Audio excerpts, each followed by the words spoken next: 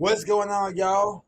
My name is Muhammed Lawal, and some of y'all know me as King Mo. And to my left, I got a new guest on here. Go ahead and introduce yourself, dog. Having me? Yeah, I mean Okay. you.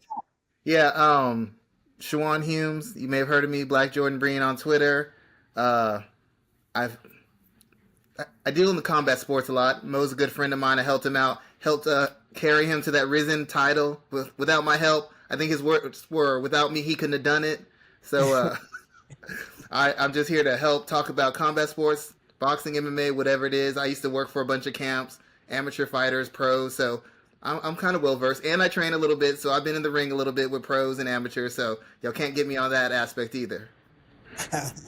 And go ahead, Marty. Well, everybody knows me on Party Marty, but I gotta since I went 5-0, like Booker T, 5-time champ on my picks. I gotta go and hit it one time for me.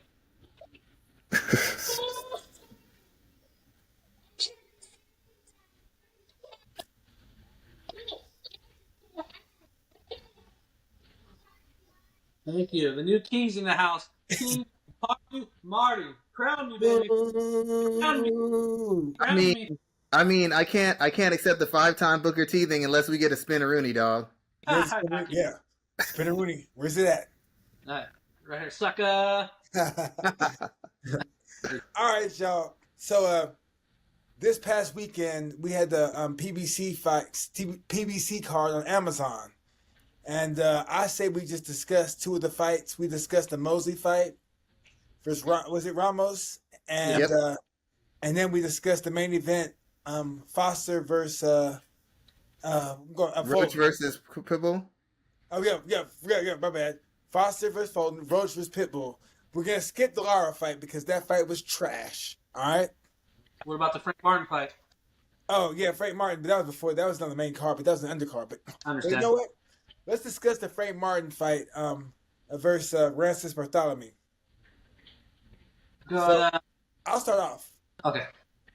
Okay, Frank Martin showed me some new skills, new wrinkles. As a matter of fact, I spoke with Brother Fareed Samad, who he was going to train here with the boxer gym, and they were working on cutting the corner because if you watch Frank Martin's fights in the past, he would throw punches and stay in front of you, you know. But this past weekend, he was turning Rancis. He was hitting Rancis with some clean shots. He hit him with some shots, cut the corner, and kept him turning, and then got the clean knockout. And that was probably one of the cleanest knockouts I've seen this year. Yeah. You know, he looked good. He looked improved, and I would like to see more from Frank Martin. That's it. Who's next?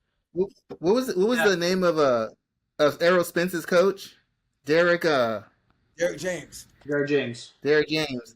Yeah, this is kind of a bad look for him because Frank looks so much better, and he's spent most of his career working under Derek James. And Derek James has a very his style is very particular. You just get downhill, you use your physicality, you break guys down with a combination of pressure and where you place your shots. So it seems like a lot of guys have left him because they feel like he can't get them any further. And Frank Martin is unfortunately yet another example of that because he looked worlds better. For a guy with as much experience as he has, he often looked like just a big, strong athlete who was applying pressure. This is the first time I've actually seen him look like a legitimate boxer. The only thing I'm going to say is I don't know how much we can take from this because Rancis, to me, like if this was Rancis from 3 years ago, maybe, but the version of him that I've been seeing, it's still a good knockout. He still showed growth, but I don't want to overplay it. Like people say knockout of the year. For it to be a knockout of the year, it has to be over a guy who either has a great chin or somebody who has a good enough skill set where I'm like, oh, I'm shocked that he did this to this guy. And I thought it'd be more of a challenge technically as far as the skills, but as far as his durability, I didn't have any faith in Rance's ability to take a real hard shot. I thought we'd see the same version of Frank Martin, and it'd be an uglier fight and to go longer. But if I would have known Frank was going to look like this, I probably would have thought that he would have cleaned Rancis out in a fashion similar to what he did on Saturday. So it's a good win. I don't know what it means. I don't think he can demand a title shot. I think he's got more work to do before he can talk about contending for a title or being a name or a face in that division. He hasn't done enough for me yet. This was at 140, correct? Yeah. Yes. So maybe the weight cut. I'm not making excuses. So a lot of times, maybe the weight cut was a form when you fought, but maybe the power wasn't turned out that he pulled out at a new weight class. Maybe he's more comfortable. You could see him moving around a lot better. Combination. I thought the combination of the youth and the speed will be for Rancis. They've both been off for a year and a half. You know, he hadn't fought since the tank ago. So yeah, I know you're saying. I agree with what you're saying. Maybe it would have been great against a more quality opponent, but he did what he needed to do after coming off a devastating knockout loss to Tank. And he looked great. He looked better. Not only did he look better, but he proved a point by knocking out Rancis too. You know, which isn't always the easiest thing to do as well. So I think at 140 he could be a dark horse. I'd like to see him maybe fight the winner of Teofimo versus Shakur. That'd be a great fight. So any of those three in the ring would be great, in my opinion. So he did what he needed to do. I thought he was good. Go ahead. Sorry, go ahead. I just wanted to say, like, there's like the weight cut thing. I have sympathy for that because I thought he was fighting in the weight class he should have been out of like 2 years ago, but he was chasing a money fight. So I get tired of hearing fighters who wait around for a money fight, then be like, it was the weight. I could have been better. You could have left. You wanted the money. You wanted the payday. You wanted the platform. I don't want to hear your excuses, man. You could have left earlier. So I think the weight did play a part. And I'll give you credit. If he would have been the old Frank Martin, this fight probably would have went quite a bit because the old Frank Martin was pretty predictable. He's pretty predictable. He's pretty obvious. He was easy to turn. So the improvements help. But even though it's a win and it's still an impressive one, I'm like, who did you beat and when did you beat him? Like when Devin Haney was beating up Gamboa. Oh man, I beat a former Olympian. Man, he ain't been good in like 4 years, man. That don't mean as much. It's still impressive, but I got to see you against somebody who can push back. I mean, even if win over George Kambosos would have been a better win than this. It's still impressive, but I like to see him against some real resistance. Okay. All right, so on to the next fight. Mosley versus Ramos. Hey, and you know what? I started that off, but that was a good fight. Mosley, he's not like his dad. He's not as fast, but he has good timing. He carries a great chin. He comes forward, and he's willing to mix it up just like his daddy. But Ramos was just touching him here and there and was a little faster with the release of his punches. He was touching with right hook, just touching with everything he wanted to. But at the same time, Mosley was landing some good shots there. It was some give and take. It was a very competitive fight, but Ramos just outworked him and landed the better shots at times. But, I would love to see them both fight other people. Mosley showed me that he still has it. He can fight, and Ramos is impressive, man. He can fight his ass off too. Now, I don't know where they go from here, but I would like to see more of both, to be honest with you. I have some concerns in two phases. One, Mosley, I feel like his development, how he was developed as a fighter, I don't know how much his dad played a part, but it seems like he took some tendencies from his dad as far as applying the pressure, trying to use a lot of volume, getting to the body, which is cool. But since he doesn't have his dad's hand speed and his dad's power, he can't, the trade-off he's making, eating all those shots, he can't win those trade-offs because he doesn't hit hard enough to turn a fight around. He don't hit hard enough to just stop a fight. He's like a matter of attrition. And against higher caliber guys, I don't know that he's anything more than a tough out. Like if you get the right matchup, maybe he can get to the world ranking level again or get to a title. But I feel like we've seen the best he is in this version unless he totally retools. If he totally retools his style, then maybe. But as is, I think right now you put him in an action fighter category, and maybe if you get the right matchup, he could possibly win a title. I just don't. He don't hit hard enough. And he's not slow, but for elite athletes, elite boxers, he's not fast either. And he doesn't have enough defensive awareness to make up for the fact that he's not fast and he don't hit hard. He just keeps coming. You're going to land shots when you just keep coming. You just can't help but land shots. If you have any sort of body attack and pressure, you're going to land shots even against the best guys. But he can't do enough damage when he's landing shots. So I kind of feel like we've seen his ceiling unless he makes major changes. And I don't know if that's coming at this point of his career. As far as Ramos, my concern is as tough as Mosley is and as physical as he is, he's not defensively really sharp. He's not offensively really advanced. Maybe you should have been a better performance. Maybe this shouldn't have been a life or death performance. Like if you're a certain caliber fighter, you don't go life and death with an action TV fighter. That just doesn't happen. So I don't know what Ramos's potential as far as being a legitimate world champion or any sort of unified champion is. I know that Mosley is tough, but there should have been more of a separation. And if Mosley could have moved his head even slightly, this fight might look completely different. It's like it was all taking advantage of egregious limitations in Mosley's game. And I don't know who else in that division has those kind of limitations physically and technically. So I'm kind of concerned as far as how far Ramos can go as well. Yeah, 160 is not that deep. I like to see him fight hopefully Janibek, whatever happens with his positive test. We get Laura versus Janibek. Ramos is in the mix. Again, 160 is not too deep. But I thought Mosley, like going off what you guys are saying, Mosley obviously not his dad. So he should have been fighting taller because I think he's naturally bigger than his dad. He's trying to fight like his dad when he doesn't have those skills. He should have been fighting from his jab. When he was jabbing more, he was giving Ramos problems. When he was getting off first, he was giving Ramos problems.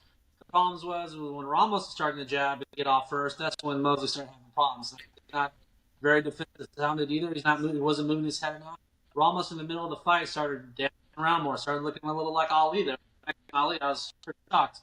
He's using the footwork. He's looking smooth. He was throwing the jab, doubling, tripling up on the jab, and landing that left hand. So Mosley had issues dealing with him fighting on the inside and then him moving. So I like guys.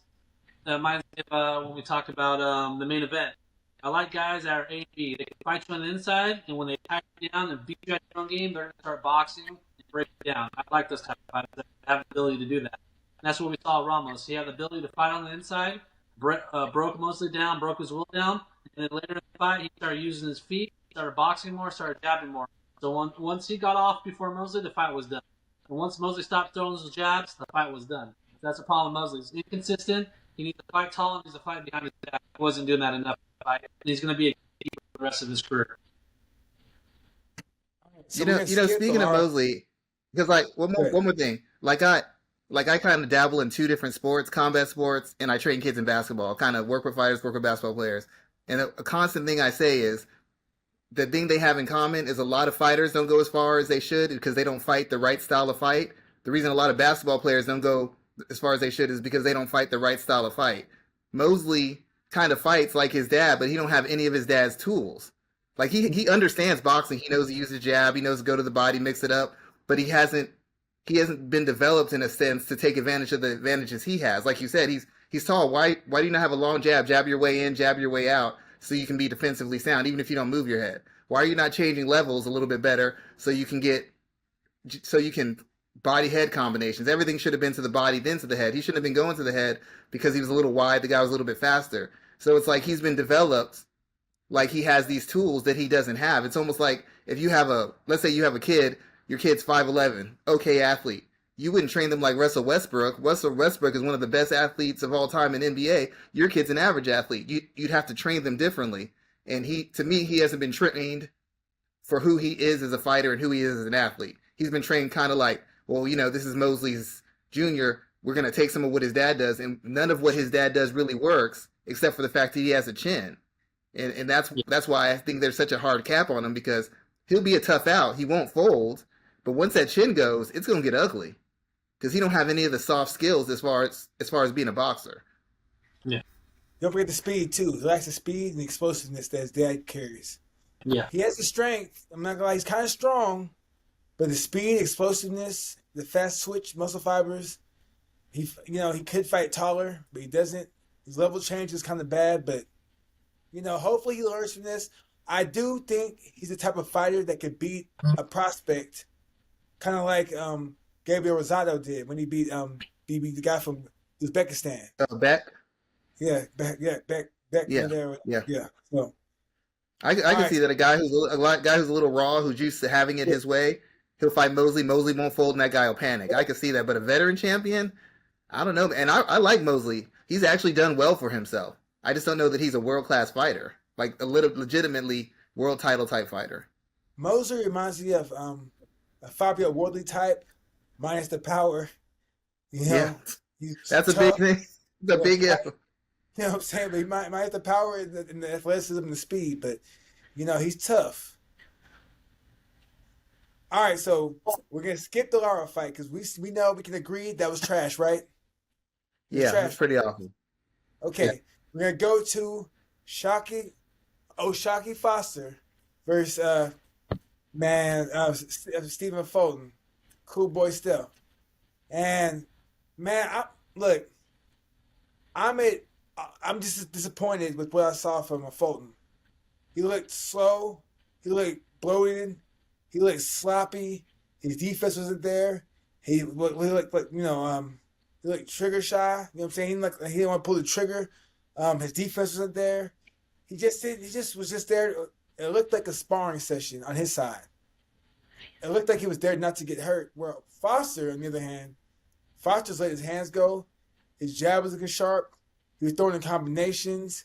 He cut the ring off really well. And he went first. He went first because Fulton wasn't going at all. But Foster looked good, man. But was it because Fulton looked that bad? But one must say it was one-sided. It was one-sided traffic. It was one-sided on for Foster. I can't tell you around that Fulton really even won. He looked horrible. I wasn't shocked by this. Like I don't make predictions a lot anymore because I just don't need the headaches. People just filling my DMs because I'm known for making crazy predictions and people always think I'm gonna get it wrong and then I get it right and then it goes crickets. I just don't have the time for it anymore. Once again, I have just let people know when Ronda Rousey got beat by Holly Holm, I predicted that like 2 years before. When AJ lost to Ruiz, I predicted that a year before. I said a year of fights this dude, he get knocked out. So I actually can sense these sort of things. I like Fulton, but I never thought he was that good. I thought he was a very good fighter who won a world title. I didn't ever think he was a world-class fighter. And he's a good, not great athlete. He's a good but not great boxer. He's a good but not great puncher. He's got a good chin, not a great chin. And to me, when he faced elite talent, he always seems to not perform. And I know he's only got like 2, maybe 3 losses, but he's been feasting on people who have egregious holes in their game that he can take advantage of. When he faced guys who don't have egregious holes in his game, or he doesn't have a huge size and physicality advantage over, to me he doesn't look dominant. In 2 fights, he didn't have those huge advantages, and in those 2 fights, he got one dominated and one just smoked. So I wasn't shocked by it. I like him as a guy. He seems like a good dude, but he hit his ceiling a while ago to me. But when we fought Figueroa, that was a good fight. But the thing is, like, usually he lets his hands go better. Figueroa lets his hands go as well, but he was more physical than Figueroa. He moved better. But Figueroa's easier to hit. But I'm talking about he moved better too. And when he fought Leo, was it Leo? He had a few fights that he actually did pretty good in, but at the same time, these guys are Filipino or Latino, I believe. So some of those guys are stylistically they're easier to get to, and once again they were good fighters, but they weren't like when he fought Inoue. That was a big jump up. Foster was on paper at least a big jump up. When the jump came that he said, because he's always said I'm an elite guy too. I can handle these guys too. You took 2 leaps up, and you did not handle those guys. I'm not saying he can't fight, but it's kind of like he's the best of the rest. When it came to fighting the guys at the peak, he wasn't competitive. Wasn't competitive against Inoue. He wasn't competitive in this fight. He's always competitive against guys who were like a half a step or a full step lower. And that's just how I see it. I'm not saying he can't fight. I don't even hate the dude. I just have never seen him as special. And when he faces special guys or elite guys, he hasn't performed. The guys he beat up weren't elite. They were just really good. He's like Donald Cerrone. Beats up everybody except the very best guys. Marty, what do you say? Yeah, I think the leap up was a little too much. He's got balls. I'll give him that. Anybody that challenged themselves, nothing but respect. So I think he should have stayed at 126. I thought 130 was a little too much for him. He probably thought, like you guys were saying, Mo, you're saying, Bosch didn't look so great in the last fight, so maybe he thought, hey, I can pull a Devin jump up and pick the guy off at 147 when David did. Haney did the last fight. So he thought, his camp, I thought, we can take off Foster. I think he's a guy that we can knock off at 130. So they bid a little bit more than they could do. The problem was Foster, like his size, man. It blows my mind when these guys level they are professionally and they don't know how to defend a jab. That's all Foster's doing is working behind the jab. The first round in orthodox, once he hit southpaw, he was totally bewildered by that. Like, he never fought a southpaw before in his life. He didn't know how to handle a southpaw. Foster was just throwing the jab out there, landing the straight left. He kept circling into his left hand throw. That's the wrong thing to do against southpaw for the most time. You want to circle away from generally. But then, like, it reminded me of Winky Wright versus Felix Trinidad. Bro, Trinidad, you're one of the best Puerto Rican fighters of all time. You don't know how to avoid a jab, bro? This is like basically day 5 in boxing. Flip punch, or you double jab and get inside. He didn't know how to get inside Foster's read. He didn't know how to avoid the jab. Like, bro, you double up on your jab to get inside, or slowly start moving in. Start feinting to get inside. Do something. Don't just stand there and get picked off at his distance. So stuff like that is like basic boxing. Like, come on, like, how are you at this level and you don't know how to get inside someone's read? You don't know how to avoid the jab. So it's kind of like easy fight for Foster. That's probably why he felt comfortable. What's the southpaw? He didn't feel like he was after the first couple of rounds. It was like a sparring match. I wasn't really impressed either. Easy win for Foster. We'll see where he goes when he starts going back up and finding guys way more challenging. Let me ask y'all 2 questions. I have 2 questions for y'all. One, because I watch with the sound off because sometimes I get frustrated with what they're saying. I don't know if anybody addressed this. What did y'all think about the corner work in Fulton? Did you think he just couldn't get it going, or do you think his corner wasn't telling him the right stuff? And 2, when you're used to fighting with certain advantages and those advantages are taken away, oftentimes your whole game falls apart. So do y'all think the fact that he's facing a guy maybe of comparable ability, comparable size, comparable physical strength made him less willing to engage the way he normally does because he knows it's not going to have the same effect? I'll let the pro handle this. I'll tell you this. I quit listening. I was like, see, I just sat there because I felt like the moment I saw him miss weight for the weight class he bumped up to, and I seen how bloated his face, you see how big his face looked? Yeah. He looked bloated. And I was like, man, he couldn't get anything going because he was probably just too heavy. And then 2, when you're heavy and you feel slow and you're going to get somebody that's actually bigger, stronger, and faster and fresher, yeah, that's a bad mix. I don't think anything his corner could have told him would have really helped him except, like, move your head, parry the jab, just move more. But the thing is, when he's moving laterally, but he's still within the range of the jab and the right hand. So he's just getting touched up. So I don't think, regardless, like, I think that Fulton came in flat, Foster came in ready, Fulton came in overweight. You know what I'm saying? Foster came in ready, Foster was going to win that fight regardless. Yeah, it's almost like they didn't practice. It's almost like they didn't prep for a taller fighter or a guy with a longer range. All of his punches were landing on Foster's shoulders. So that tells me, like, he didn't have his sense of distance or didn't know how to get inside and land a punch.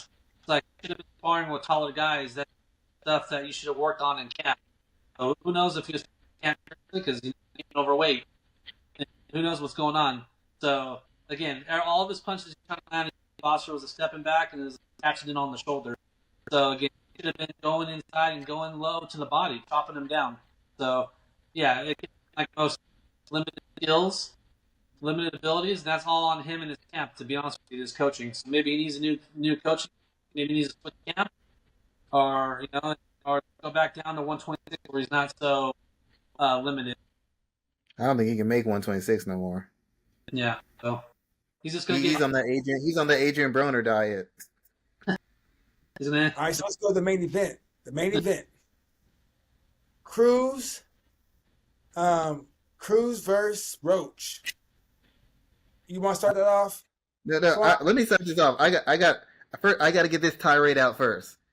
First of all, I'm sick of people who are the boxers.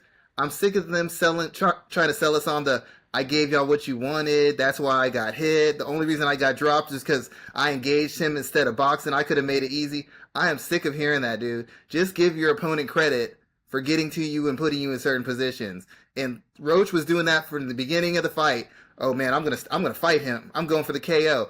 Just admit that the guy's pressure bothered you. Everybody kept saying he fought the wrong fight. Roach doesn't always just stay on his toes and pop a jab. He gets in there. That's fairly common that he'll get in there. He'll try to back somebody up after he's outboxed them. So it's like he's not doing really anything drastically stylistically different. He was doing something wrong for the fighter he was facing. But Pitbull gave him problems because he wasn't expecting Pitbull to be as strong or as busy or hit as hard as he did, and it caught him unawares. A lot of people are telling me that it was a robbery. It wasn't a robbery. It was a tight fight. He turned it on round, fifth, sixth round, kind of got to go more, but even the rounds he won, they weren't big winning rounds because he was getting as much as he was giving. It started to be a little bit of separation as he started boxing. But the fact of the matter is, anytime you face a guy with that kind of volume, you have to stand your ground. And since he chose to stand his ground early and he gave away some rounds, he had to once again stand his ground late, which allowed Pitbull to kind of catch back up into the fight. But really the fight just came down to the fact that two things. As good as Roach is, he's not a good closer. In a tight fight, he's showboating, he's dancing around, he's pot-shotting. Dude, you're in a tight fight. I don't know who told you you're winning the rounds where you can take rounds off. And he did the same thing against Tank. There were times he could have put his foot on the gas. He didn't put his foot on the gas. He picked his spots. Neither one of these fights was a robbery, especially the one on Saturday. The fight with Tank was more of a robbery than the fight with Pitbull, because Pitbull just was not going to relent as far as his work rate and his physicality. But I'm just tired of these. I'm tired of boxers. Anybody, Shakur, Floyd. I hate it when Floyd did it. I hate when Lamont Roach does it. You're not giving me what I want. You're facing an opponent that you can't back off and that you can't get away from, and that's why you're getting hit. And you didn't expect him to be as good as you thought he was, because Pitbull was showing a little bit better footwork, a little bit better placement on his shots, and that's why he was getting to Roach more than he expected. I think Roach thought he could bully him and back him up and just have a guard and slip and counter and pick him apart, and it didn't happen. Pitbull was better than he thought. Pitbull's conditioning was better than he thought, and Pitbull hit harder than he thought, and that's what got him in trouble. And then he just found a way to pull it back out to a draw. But if he would have put his foot on the gas, he could have won it. He just is either mentally unwilling or he just didn't have the gas to do it. But he's not going to say that. He's just going to say, I got robbed. And that is not the case. He earned the draw against Tank. He earned the draw against Roach, in my opinion. I thought he beat Tank, but here's the thing, right?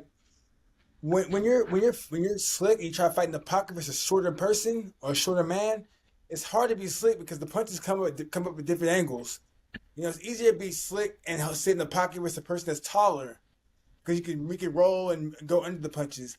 But when you're going against somebody that's shorter and they're underneath you and they can back you up with their punches, you're playing a dangerous game, and that's why he got dropped. I really think that Lamont Roach maybe could utilize a different game plan by just staying on the outside of the pocket, utilizing some angles, kind of try to implement. He could try to implement some type of like Bam Rodriguez style of fighting, where you're in the pocket but you're just right on the outside of the pocket where you can find places to be defensively responsible and still enter counters.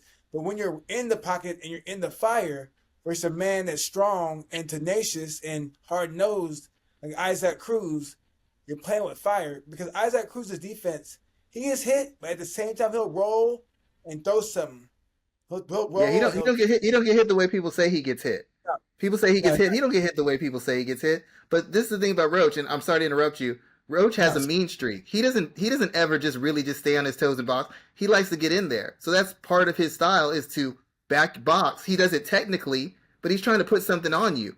So regardless of whether he stayed on the outside or not, he was going to take big shots. He makes it seem like, oh, I could have made it real easy. No, you couldn't. Who hasn't hit Roach? A lot of guys have gotten to Roach before. That's not rare. He's not Floyd. He's not Shakur. A lot of guys hit Roach, and they hit him a lot. I don't know what this image is that he could have made it so much easier. I've never seen him fight a world ranked guy and make it look so easy. The fight against Tank wasn't easy either. He might have won it, but it wasn't easy. He was getting hit a lot, and he gets hit a lot in many fights. He's not some kind of defensive slickster. He's never been that dude.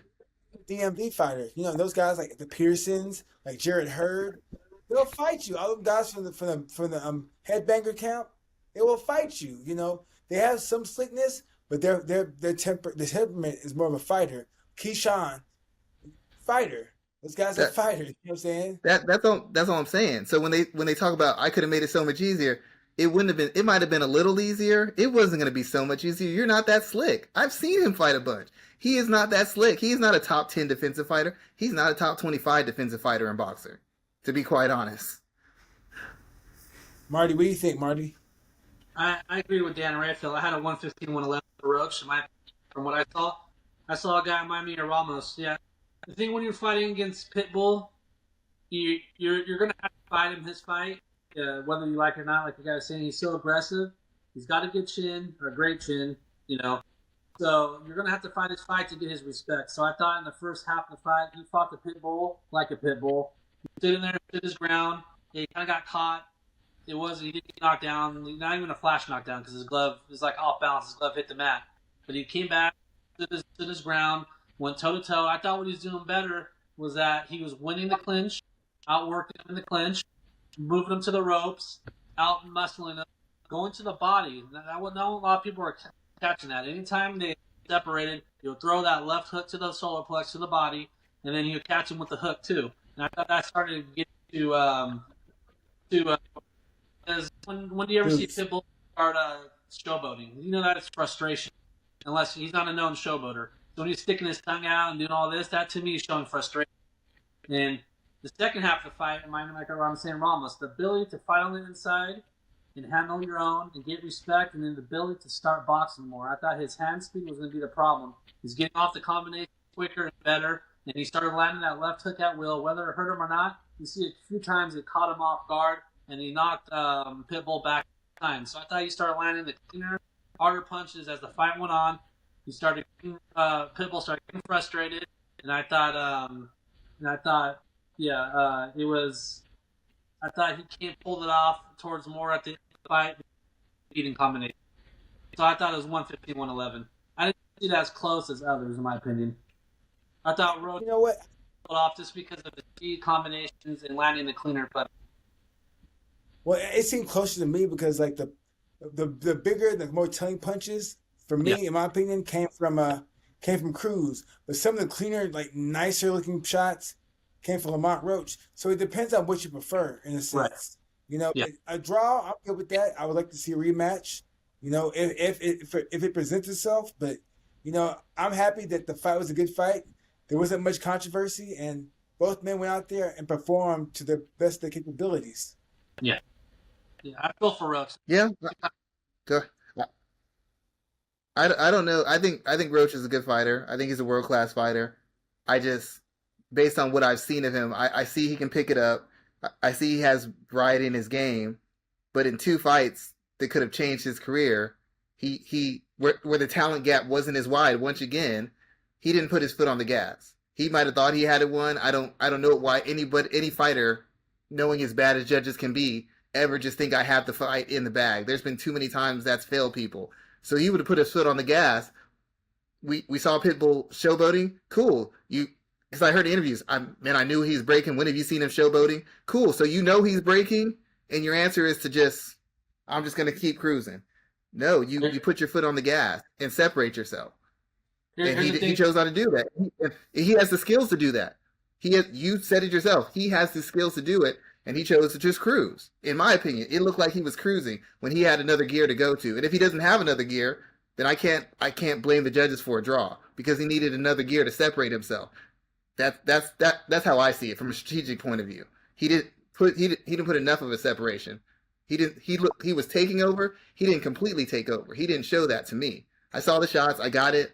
But it did, in the narrative of the story in the fight, it wouldn't have been enough for me to say it's a robbery or say he took over.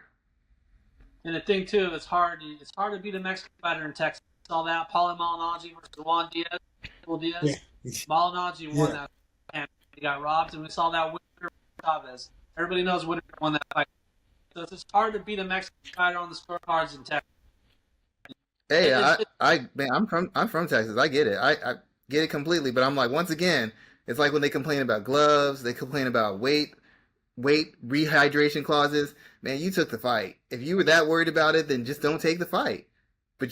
So I know that's not a fair way to say it, but you still took the fight. You knew where it was going to take place. You knew you're fighting a Mexican fighter. You knew what had to be done. You knew what could possibly happen.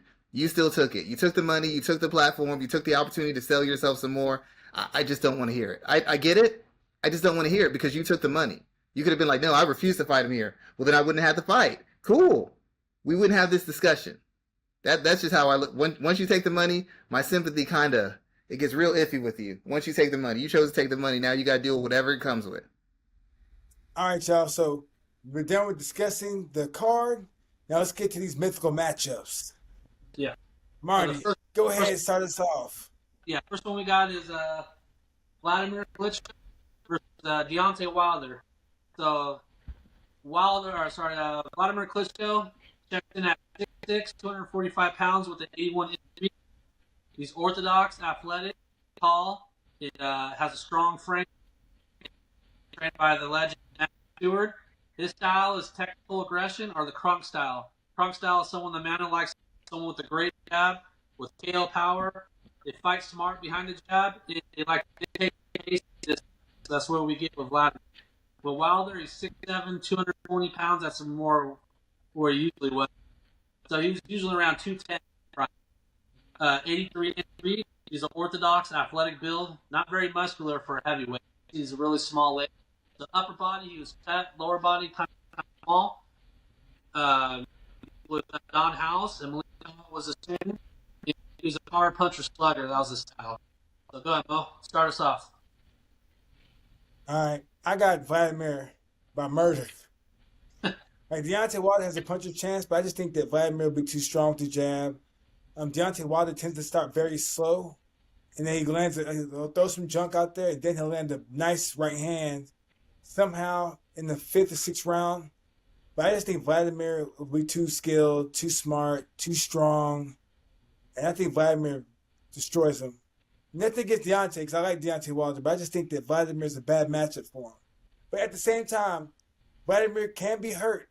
He can be touched, but I think Deontay Wilder takes a while to warm up. And I think by that time, Vladimir would be up on him and he'd beat him up. And I know that they were in camp together, and I'm pretty sure that's what happened when they were in camp together. Yeah. So I have Vladimir by murder. 4th round, 5th round. Yeah, go Schuan. What you got, Schuan? It's probably gonna sound crazy. It depends. If I'm getting that prime Deontay Wilder that was right before the Fury fight, I probably favor Wilder. I could see how Vladimir would outbox him. I could see that he could lean on him, take the spring out of his legs, wear him down, outclass him, outposition him. But I don't trust his chin. I don't trust his recovery ability. And even though he'd be outboxing Deontay, I don't know that he would ever try to ramp it up to get him out of there. So, like, the thing about being a great boxer is as long as if we're in a fight and we're boxing and I'm a technical boxer and you're a knockout puncher, as long as even if I'm outboxing you, you have a chance to finish me. I am always under the duress of your punching power. You just get more opportunities. You get 12 rounds worth of opportunities. Where if you're a power puncher, I might get 1 round, I might get 4, I might get 12. It just depends on if you can land that shot. I don't know that Klitschko navigates it that well. If he gets clipped or buzzed at all, I don't think he recovers. As good as he is defensively when he's sharp with his jab. I gotta get you up. Did you not watch when Klitschko fought Joshua? Huh? I don't. I'm there. You forgetting all about that fight, huh? Because Joshua was folding him up, and then Klitschko recovered, started beating Joshua's ass, and then if it wasn't for that, uppercut, it landed, that Shoryuken uppercut landed, and that changed the fight up. But I'm saying, like, put some respect on Vladimir's name, sir. I like Joshua, but I don't consider Joshua that. He's like more of a clubbing puncher. He don't really hit like that. Like him and Wilder are on 2 different worlds as far as hitting. I can see Klitschko going 12-0, and I can see Klitschko dominate until he gets clipped. But I just believe that if we get Wilder wasn't a good fighter, like technically, but he was a very clever fighter. He figured out multiple ways to get that right hand off. If we go by skills, he shouldn't have beaten anybody, but he figured out ways to survive long enough to land that shot. And I don't care that he wasn't beating the best guys in the world. He was finding ways to get guys out of there with 1 or 2 shots. His power is that much better. But the thing is, like, who's aside from Fury, the most skilled fighter he probably faced was Luis Ortiz, who's probably like 55 years old. Yeah. 55-year-old Luis Ortiz, who I used to spar with. That was the most skilled fighter he faced, aside from that. And leading up to when he fought the guy from Poland was touching him, he was getting touched by a lot of people. Yeah. You know, I think that, like, think about this, right? When you think of basketball, basketball. When you think of the NBA, them boys can ball. put them against a good European team that has good fundamentals and can play fundamental basketball, who do you favor? No, skill wise, you go with the European team. And that's why. So I'm putting the same correlation. Like I think Deontay Wilder is good, but I feel like if you can't let his power, then what does he have? My only problem is it's like I've sparred before, right? I spar people, so people are like, you seem pretty calm when you're sparring. I was like, because everybody's more athletic than me, everybody's more experienced than me. So what you're doing isn't shaking me because I'm used to it. I just have to figure out ways around it. Vladimir is not going to be finding guys who can hit with Wilder's power or his speed. His speed was really the biggest thing. It's the power, but the speed was the biggest thing. How he whips that right hand. He's comfortable getting outboxed. He gets outboxed in every single fight. Everybody's a better boxer. Everybody's got more experience. On the opposite end, most people are not used to getting hit by a guy like him. Even guys who are like, I face this guy, I face that guy. My chin stands up. He hit you 3 times and it was over. So I think he's more prepared to be outboxed and figure out a way to win than Klitschko is to get hit with that kind of power, that kind of speed, and that kind of limb. It could go the way you say it goes, and if you take 10 fights, he probably wins 8 or 9 of them. But I believe that Wilder is going to be more in his zone because he's like, getting outboxed, nothing. Good jab, seen it. Footwork, seen it. I've been around all that stuff. Has he seen what I can do? Has he faced the kind of power that I generate? And if I hit him with my best shot, does he walk away? I think Wilder could take Klitschko's best shot. I don't know that Klitschko can take Wilder's best shot, or his second best shot, or his third. And I'm just going to go off the fact that he would find a way somewhere in between there. Marty. Vitaly, maybe not. But Vlad, yeah. Marty, go ahead. Yeah, I'm going Mo. The only time Klitschko looked bad in that first fight because but when Matt Stewart, the guy's one of the best heavyweights skills. His 1-2 is probably the best in boxing in terms of that jab and right hand. It was a sledgehammer, destroying everybody with it once he learned how to fight tall and get in the ring. Wilder maybe for boxing when he was younger, he knew how to get around that, but he fought guys at not even near the skill level of punch like Wilder. He fought Tyson Fury. And we saw what happened when Fury used the size on Wilder. He was bewildered in the second fight. Even when I thought Wilder won the first rounds. The second and third fight, once he started putting that on, once he started the size, Wilder was small, and he started gassing out. Exactly what Vladimir is a very rough and intelligent fighter. He can fight you on the outside, he can fight you on the inside. He can roughen Wilder up, and tell him, wear him down early, rough him up, and then start fighting that jab and right. Not going to be able to get around that. Using it, can't be stopped around the 9th round. Just of size and the sheer fact that fought anybody that hit like that and then feels that well. So when he did, he struggled against that guy or his same size, weight wise was big. Vladimir's going to be bigger the weight. It's going to be hard to catch him because he's so smart with that distance.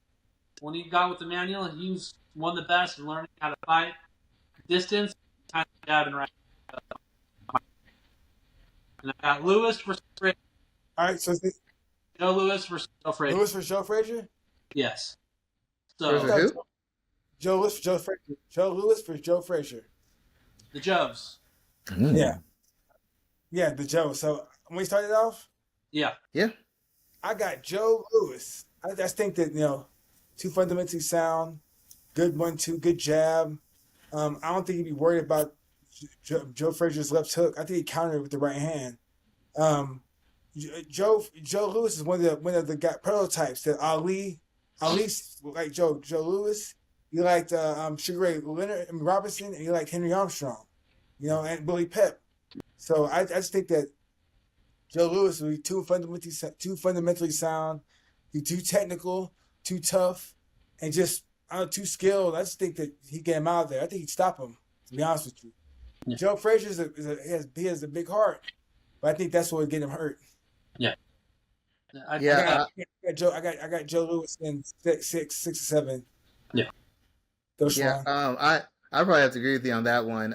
Lewis is used to people he was used to people being scared of him, kind of giving ground to him.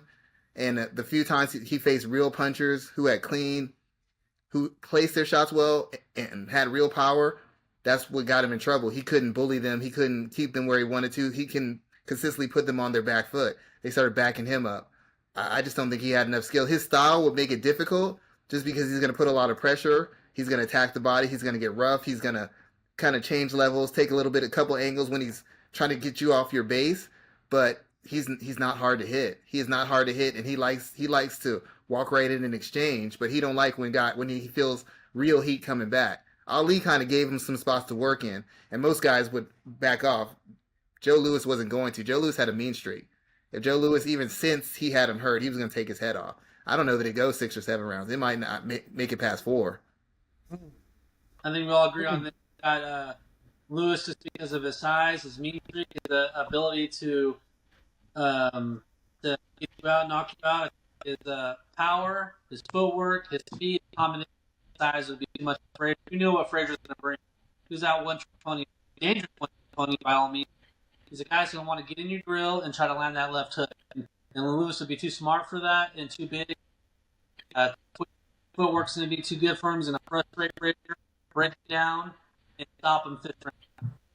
And the last match is, I'm only doing this because people like my dad thinks Rocky Marciano was a god. He could knock anybody out. Rocky Marciano versus Vitaly Klitschko. Come on.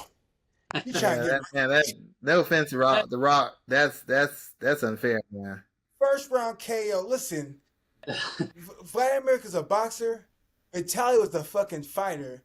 Kickboxer first, then went to boxing. He was a fighter. Michael Hunter told me a story how he was sparring with those guys. He said, Mo, one thing about Vitaly is he was slower, but he'd come and fight you. You know, he's like, Mo, he was just rough. Like, he didn't care. He'd come to fight. Watch me fight Lennox Lewis. He came to fight Lennox Lewis. Everyone he fought, he tried to hurt. He had a mean streak on him. He was the meaner brother. Less athletic, but a lot meaner, and he had the fighting spirit. And he goes out there and destroys. Look, Rocky Marciano ain't making it past 2 minutes. 2 minutes? He ain't making it past 2 minutes. No. Marciano was he wasn't a big heavyweight at all. He'd be like a cruiserweight maybe a light heavyweight. Light heavyweight. 195. Yeah, Bivol comes in at 190. I mean, Benavidez comes in at like 205. Like I would like to say he would win because the grits, the desire, the story, but I don't know how he'd land a shot, and I don't know that his best shot would do anything. I mean, it's just too much. I couldn't even responsibly say Rocky Marciano. I'd have to just be like, I just believe he could do it. I don't have an explanation on how he would do it. Yeah. No, I'm only doing I don't have nothing for y'all. Don't shoot the messenger. Everybody I've seen in the past who are a big Rocky Marciano fan, people like my dad, the old school guys born in the 50s, anybody will get knocked out by Rocky. He just had that power. It reminds me, like I said, from Coming to America when they're arguing in the barbershop. They're all 150 years old when Rocky Marciano beat him, right? Nobody in their prime did Rocky Marciano beat. Everybody was old and beat up already. So, name me a good prime fighter that Rocky took out. He can't. So the title will kill him. He might toy with him for a little bit, but yeah, Rocky will not even get close to getting inside. We thought Foster versus your boy. Foster versus your boy was bad. Yeah, this would look even worse. I go 1 round 2. I know we only got 1 minute left. We only got 1 minute left to cut out. I'm challenging you, King Mo. I'm challenging you for a PTI showdown. Your choice. Three topics to choose that we don't agree on, up to 15 minutes each. I challenge you to a PTI showdown this week. You text me the three topics you want that we don't agree on, and I want to argue with you, okay? I want you to accept my challenge, King Mo. The real king, Party Marty, is calling you out. That's how I thought. Schuan's in this too, though. You know what I'm saying? Y'all are 2 kings. I'm just a regular person in the kingdom. I'm like the court jester. I don't have no crown. I have nothing. Tiebreaker. You be a tiebreaker. The more you be a tiebreaker. Yeah, you're the tiebreaker. Don't be. He said King Mo the whole time. That's all right. You know what?